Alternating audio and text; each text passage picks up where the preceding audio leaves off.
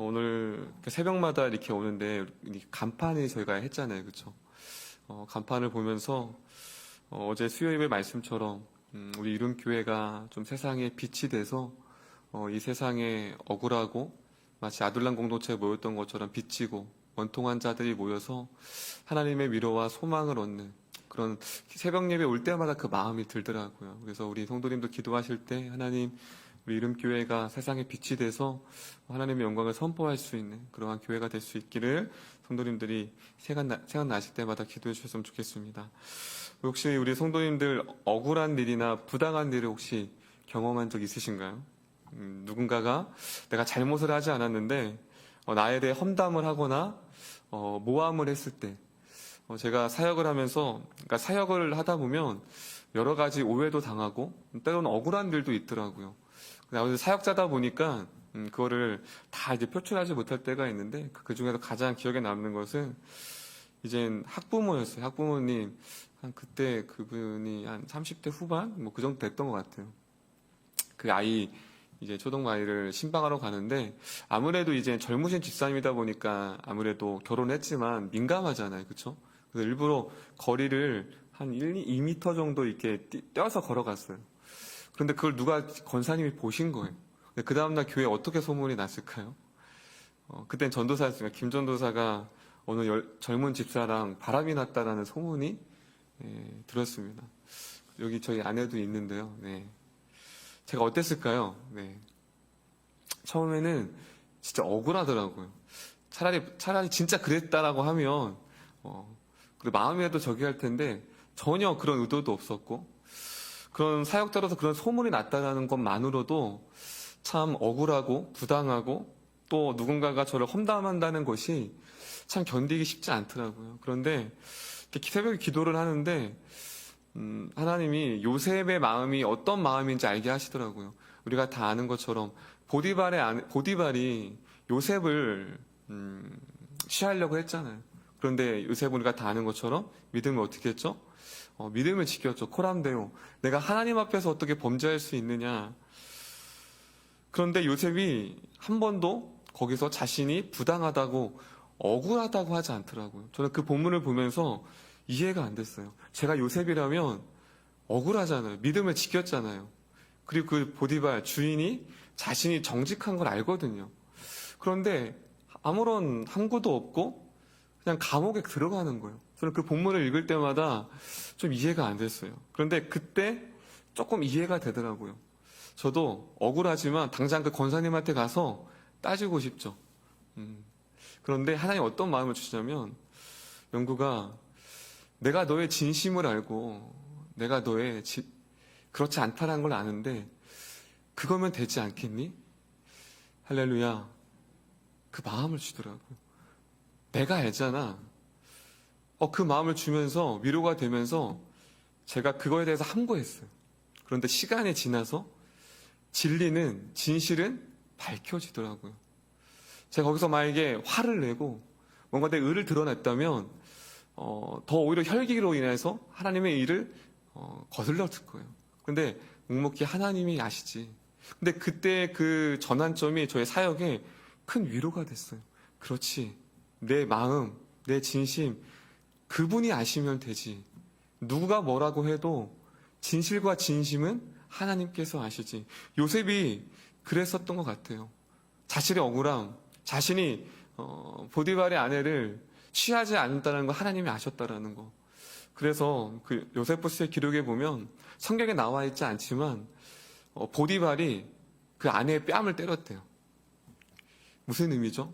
보디발은 요셉이 정직한 것을 알았을까요? 몰랐을까요? 알았다라는 거예요.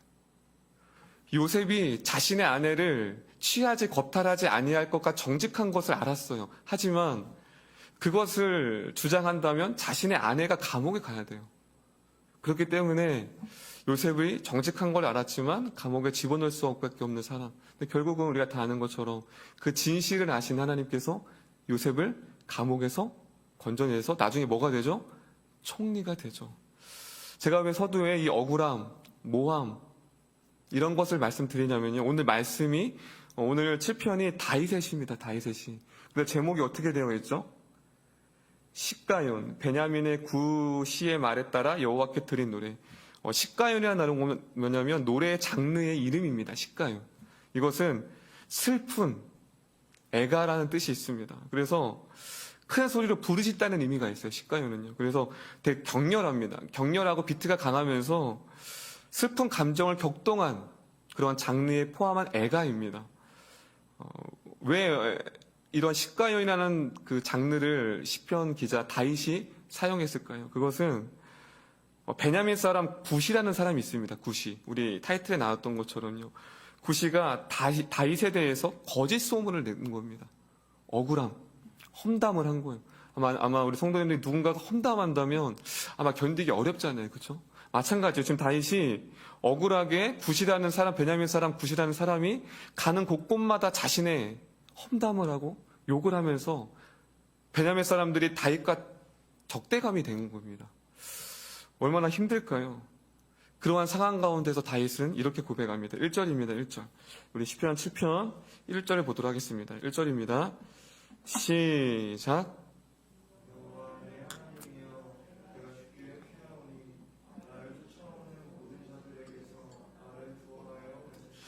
그렇게 억울한 상황 가운데서 다윗이 누구를 찾죠?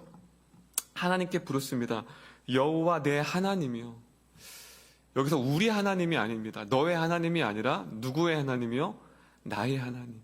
그것은 다윗과 하나님과 인격적인 만남을 원합니다. 나의 하나님. 내 하나님이요? 내가 어디로 피하나이다? 주께 피하나이다. 지금 다윗이 자신의 유일한 피난처가 누구라고 말하고 있냐면 하나님이라고 말을 합니다. 피난처. 우리가 우박을 맞을 때나 비가 왔을 때 우산을 들고 오지 않았어요. 그때 어디를 찾죠? 그 비를 피할 곳을 찾습니다. 그래서 그곳을 들어가 비를 피하게 되죠. 마찬가지입니다. 지금 다윗은 자신이 위기가 왔을 때 사람은 자신이 의존의 대상을 찾습니다. 사람을 의존하면요, 사람을 의지하면 어떤 어려움이 있을 때 그 사람을 찾습니다. 그리고 어떤 사람은 물질, 자신이 힘들고 어려울 때 그 물질에 의존합니다. 그래서 사람은 힘들 때 어떤 것을 의존하고 의지하는 것을 알면 그 마음에 무엇이 중심이 있는지를 압니다. 지금 다윗은 위기 가운데 누구를 찾았죠? 하나님입니다. 그 누구도 아니고 하나님, 내 하나님이요, 내가 이 어려움과 억울함과 이 원통함 가운데 내가 주께 피하나이다. 그래서 은식처, 다윗의 안식처는 하나님이었습니다. 이 다윗의 고백처럼 때로 힘들고 인생의 삶의 고난 가운데 있을 때 우리의 안식처가 되시고 우리의 피난처가 되신 그 주님 앞에 피하는 우리 이름교회 모든 성도님들이 되셨으면 좋겠습니다. 피난처라는 건 돌본다라는 겁니다. 하나님의 돌보심, 하나님, 주님이 나의 아버지시고 주인이시기 때문에 주님이 나를 돌보시지 않습니까? 내가 주께 피하겠습니다. 주님을 향한 신뢰, 억울함 가운데 하나님을 신뢰하기가 솔직히 어렵잖아요. 그렇죠? 내 일이 잘 되고 모든 일이 형통할 때는 주님을 신뢰합니다. 그렇죠, 하나님. 그렇죠, 하나님이 내 하나님이죠. 그런데 뜻하지 않은 험담과 어려운 일이 왔을 때 하나님을 신뢰한다는 것은 결코 쉽지 않습니다. 근데 다윗은 상황이 신뢰가 아니라 자신의 형통과 자신의 뜻이 이루어지는 것 신뢰가 아니라 하나님 자신, 하나님 존재만으로 그가 하나님을 신뢰했다고 고백하고 있습니다. 그리고 우리 2절을 한번 우리 성도님들이 고백하도록 하겠습니다. 자신이 처한 자신의 상태를 2절 이렇게 고백합니다. 2절입니다. 시작.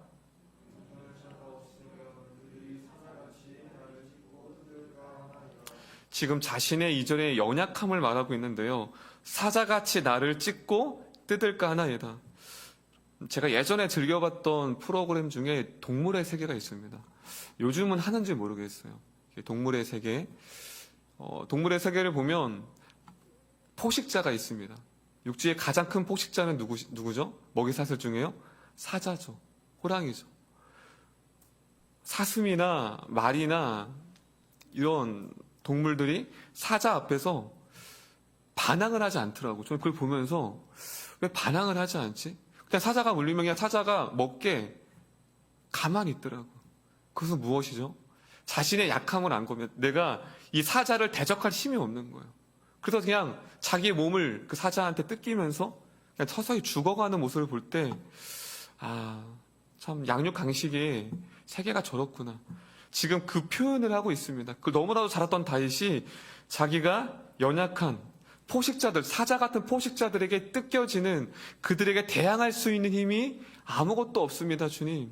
주님이 나를 보호하시지 않으면, 주님이 내 마음을 지키시지 않으면 나는 포식자에게 뜯겨지는 연약한 동물처럼 나는 뜯겨집니다라고 2절에 자신의 연약함을 말한다는 건 주님만이 나의 보호자이심을 하나님 앞에 선언하고 선포하고 있다라는 사실입니다.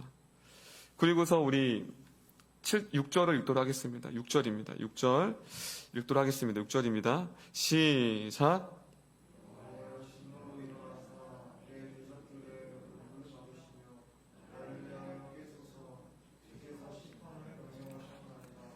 지금 다윗이 여호와의 진노로 일어나사는 명령법입니다. 지금 다윗이 하나님께 명령하고 있어요. 하나님, 지금 일어날 때입니다. 하나님 침묵하시면 안 됩니다. 저 대적들, 저렇게 음모와 마치 하나님이 살아계시지 않는 것처럼 행하는 저들을 가만히 두시면 안 됩니다. 하나님, 일어나 깨소서. 그리고 심판을 명하셨나이다. 지금 선언하고 있죠.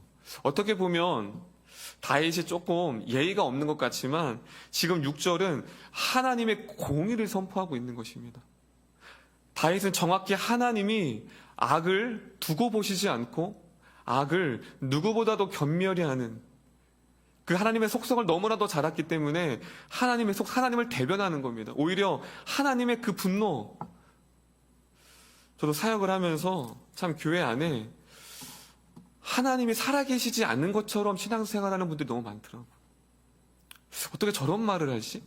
어떻게 신앙이 하나님을 믿으면서 어떻게 교회를 저렇게 생각을 하지라는 사람들이 너무 많더라고요. 그런 거 볼 때마다 솔직히 제 안에 거룩한 분노가 일어납니다. 근데 그럴 때마다 제 혈기가 아니라 하나님, 다윗과 같은 고백이 나옵니다. 하나님 살아계시지 않습니까? 하나님의 공의가, 하나님의 질서가 교회 가운데 마치 자신이 하나님인 것처럼 하나님을 대적하는 저들을 하나님께서 갚아주시고 인도하여 주시옵소서.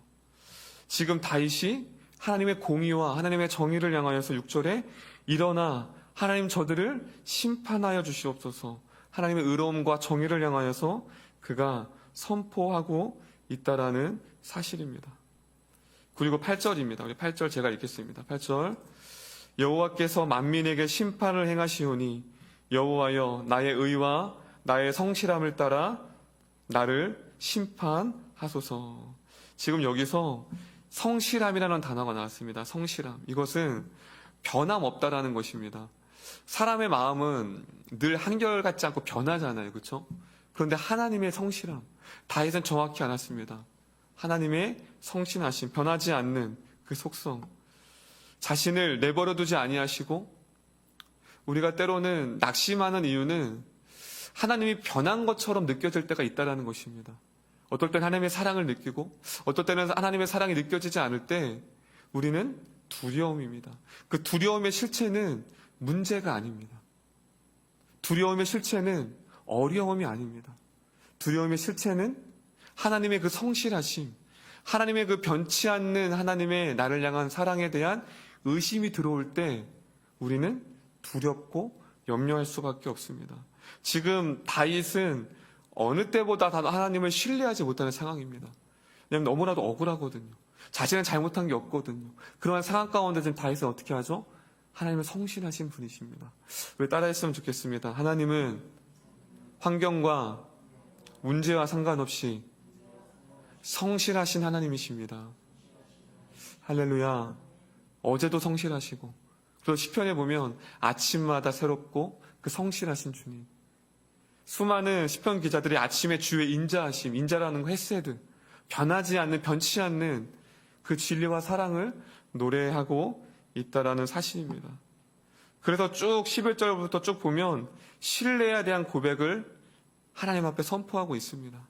그리고서 식가연, 애가, 탄식, 억울함 가운데 시작하였던 그 노래가 17절에 이렇게 마칩니다. 마지막으로 17절 우리 큰 목소리로 마지막으로 읽도록 하겠습니다. 17절입니다. 시작.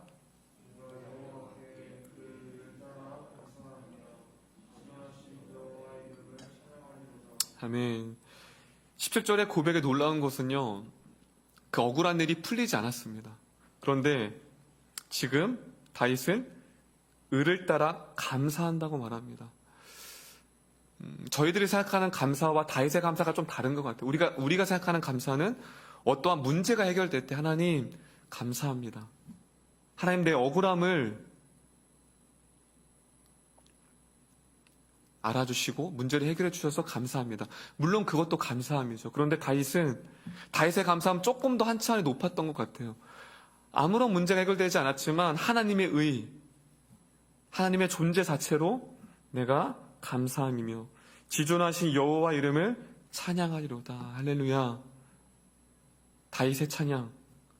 다윗은 하나님의 그 속성, 하나님의 거룩한 성실함이라는 그 존재만으로 찬양했던 것처럼 우리의 문제와 우리의 상황과 상관없이 그 하나님을 찬송하며 감사하며 나아가는 우리 모든 성도님들이 되었으면 좋겠습니다. 말씀을 정리하겠습니다. 오늘 시편은 때로는 우리 인생 가운데 억울한 일을 당하고 험담을 당하고 아픔을 당할 때 우리가 어떠한 반응을 하나님 앞에 올려야 할지를 우리에게 세 가지로 말씀하고 있습니다. 첫 번째는 우리의 유일한 피난처 대신 하나님 앞에 나아가는 것입니다. 두 번째는 하나님의 정의야, 하나님의 공의, 하나님의 성실함을 빗대어 호소하며 그 주님의 때를, 주님이 심판하신 날을 의인을 세우시고 악인들을 멸하실 그 아버지를 바라보는 것입니다. 그리고 세 번째는 상황과 문제와 상관없이 하나님의 신뢰하고 믿음으로 나아갈 때 우리가 하나님을 온전히 찬양할 수 있다고 고백하며 나가고 있습니다. 이 아침에 하나님, 때로는 우리 인생을 살아갈 때 힘들 때 아마 지금 힘든 우리 성도님들도 계실 것이고 지금은 괜찮지만 어떠한 뜻하지 않는 올해 가운데 어려움이 왔을 때 이 시편의 말씀이 우리의 마음에 새겨지고 기도함으로 나아가는 우리 귀한 성도님들이 되셨으면 좋겠습니다.